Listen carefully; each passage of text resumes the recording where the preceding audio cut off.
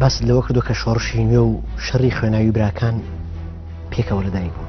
هیچ زۆر ناخێیان یعنی ساڵی هەفتا و شش بڵێن مەفرەزەکان دەچنە دەرەوە لە ساڵی هەفتا و حەوتدا تووشی شەڕی ناوخۆ و تووشی بەریەکترکەوتن دەبن. جەلال تاڵەبانی نامەیەکی تایبەت بۆ مەلام سەفای بارزانی ئەنێرێ و تایە ئاگاداری کاتەوە لە هەڵەشانەوەی شۆڕش و دەستپێکردنەوەی شۆڕش و تایە داوای ڕێنمایی و هاوکاری و هاوخەباتیەکات.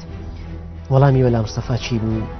بۆچی ئەم هەوڵانە سەری نەکرد؟ نامە و نامەگۆڕینەوە هەتا دانیشتنیش هەبووە لە شام لەگەڵ خوا لێ خۆشببووی دیز بەرزین لەسەر ڕێککەوتن لەسەر ئەو مەسئلانەی کە دەکرێت لە کوردستاندا لە ئایندەدا جێبەجێ بکرێن.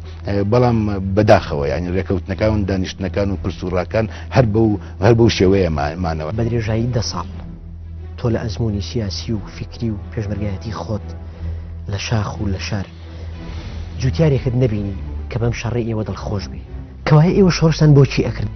بەرنامەی ڕوودا و مێژوو لەگەڵ پشکۆ نەجمەدین یەکێک لە سەرکردە دیارەکانی ڕێکخراوی ئاڵای شۆڕش سێشەممە کاتژمێر 8:05 لە NRTەوە پێشکەشتان دەکرێت.